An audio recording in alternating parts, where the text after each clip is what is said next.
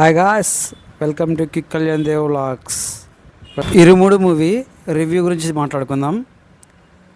రవితేజకి career best performance ఇది. Excellent అయితే ఉంది సినిమా. నాకు ఈ మూవీలో మెయిన్ ఒకటి నచ్చింది, అంటే నచ్చాయి, చాలానే నచ్చాయి, బాగా నచ్చాయి, కొన్ని కొన్ని ఎలిమెంట్స్ నచ్చాయి. బట్ హీరో ఇంట్రడక్షన్కి ఎలాంటి హంగులు, ఆర్భాటాలు, బీజిఎంలు, హెవీ బీజిఎంలు, మాస్ డ్యాన్సులు, మాస్ మహారాజా అని క్యాప్షన్ వస్తుంది కదా, అది ఏమీ లేదు. నెక్స్ట్ వచ్చేసి డైలాగ్స్, పంచ్ డైలాగ్స్ అవి ఏమీ లేకుండా సింపుల్గా, చాలా సింపుల్గా ఇంట్రడక్షన్ ఉంటుంది. అది చాలా బాగా నచ్చింది. ఫస్ట్ మూవీ అనుకుంటా మేబీ ఇంత కాముష్గా, ఎంత నార్మల్గా ఒక హీరోకి ఇంట్రడక్షన్ ఇచ్చేది నాకైతే అనిపించింది. ఒక 5 ట్విస్టులు ఉంటాయి, నాకు చాలా బాగా నచ్చినాయి. ఇవి బాగుంటాయి ట్విస్టులు, ఇదా అని అనుకుంటాం, ఆ రేంజ్లో ఉంది. ఫాదర్ అండ్ డాటర్ సెంటిమెంట్స్ అయితే ఎక్సలెంట్ ఉన్నాయి, నాకు నచ్చినాయి. అవి బాగుంది, సెంటిమెంట్ సీన్స్ అయితే ఎక్సలెంట్ ఉన్నాయి. ఇంకొకటి లాస్ట్ 20 మినిట్స్ ఉంది, కంపల్సరీ కళ్ళల్లో కొంచెమన్నా మనకు ఐస్ వాటర్ వస్తాయి, పక్క వస్తాయి. ఎందుకంటే అలాంటి సీన్స్ పడినాయి అప్పుడు, ఆ టైంలో లాస్ట్ మూమెంట్లో. ఒకవేళ ఏడ్చలేదంటే వానికి ఇంకా సెంటిమెంట్స్ ఉండవు అన్నట్టు లెక్క, పక్క ఏడుస్తాడు మనిషి నటుడైతే. ఇంట్లో మెయిన్ హైలైట్ వచ్చేసి సాంగ్, 2 సాంగ్స్ ఉన్నాయి, ఇరుముడి సాంగ్, మల్లెపూల సాంగ్. ఈ 2 సాంగ్స్ వచ్చినప్పుడైతే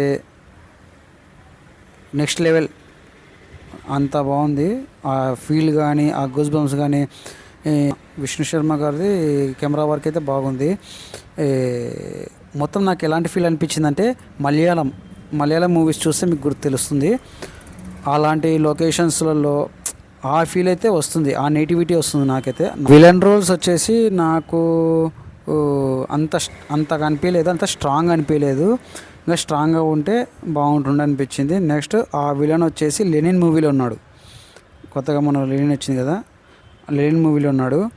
బాగా రవితేజ కూతురిగా యాక్ట్ చేసిన అమ్మాయి పేరు చిత్ర అనుకుంటా, నక్షత్ర. ఆ అమ్మాయి కూడా ఎక్సలెంట్ బాగా చేసింది. ఈ ఎక్స్ప్రెషన్స్ కానీ, మొత్తం అంత డైలాగ్ డెలివరీ కానీ బాగా చేసింది. నచ్చింది నాకు.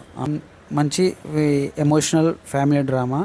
నెక్స్ట్ వచ్చేసి ఒక మంచి మెసేజ్ కూడా ఉంది ఈ మూవీలో, చూడండి. నన్ను అడుగుతారేమో, ఒకవేళ అడిగితే ఫ్యామిలీస్తో సహా కలిసి చూసేంత మూవీ ఇది.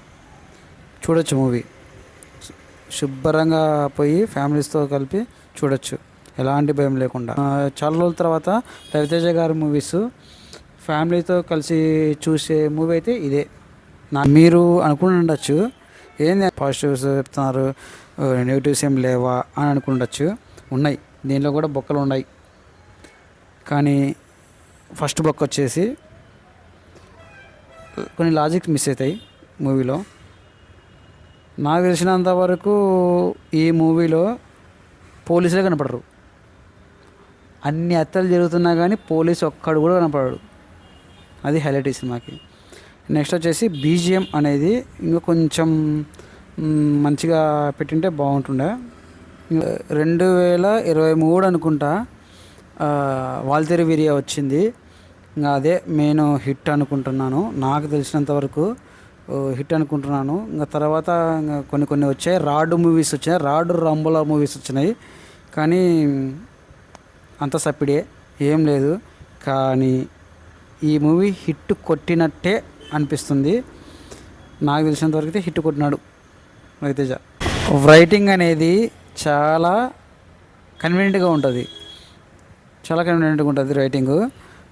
ఎలా అంటే అంత ఈజీనా, అంతేనా అనిపిస్తుంది, అంత కన్వీనియంట్ ఉంటుంది. ఫైనల్గా ఈ మూవీ చూడాలా వద్దా అంటే చూడాలనే చెప్తా. చూడండి, హ్యాపీగా ఫ్యామిలీతో వెళ్ళి చూడండి, బాగుంటుంది ఈ మూవీ.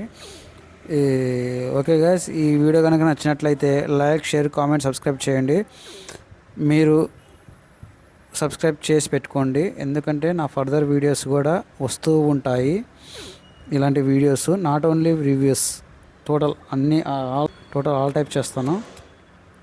సో కాబట్టి సబ్స్క్రైబ్ చేసి పెట్టుకోండి, సపోర్ట్ ఇవ్వండి. జై జవాన్, జై కిసాన్, జై హింద్.